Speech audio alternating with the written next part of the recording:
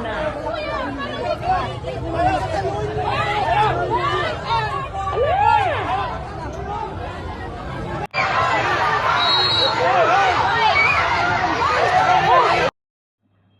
O, di ba?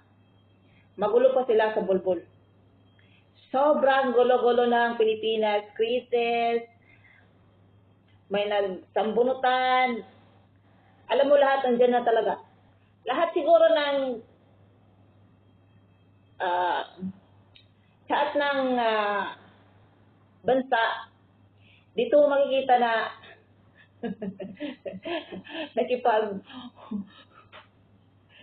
nakipagbugno ang isang pulis. Pero nung panahon ni Tata Digong, inarap niya yung mga realista. Anong problema nyo? Ano bang gusto nyo? Ganon. Diba? Pero ngayon, si Bato noon, pinabawi yung mga pulis. Ayahan nyo sila. Ayahan nyo sila mag-rally kung anong gusto nila.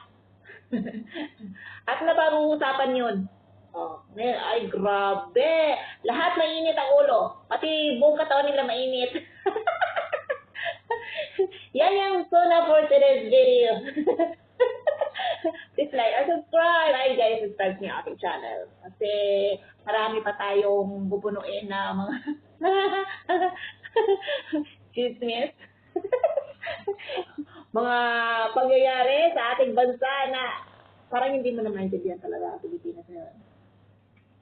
Mahal ang bilihin, hindi ka safety pag ikinaglalakad, hindi ka safety at all talaga. Yan. Hindi ka comfortable maglakad sa gabi. Yon ang problema sa atin kung paano yan masolusyonan. Hindi man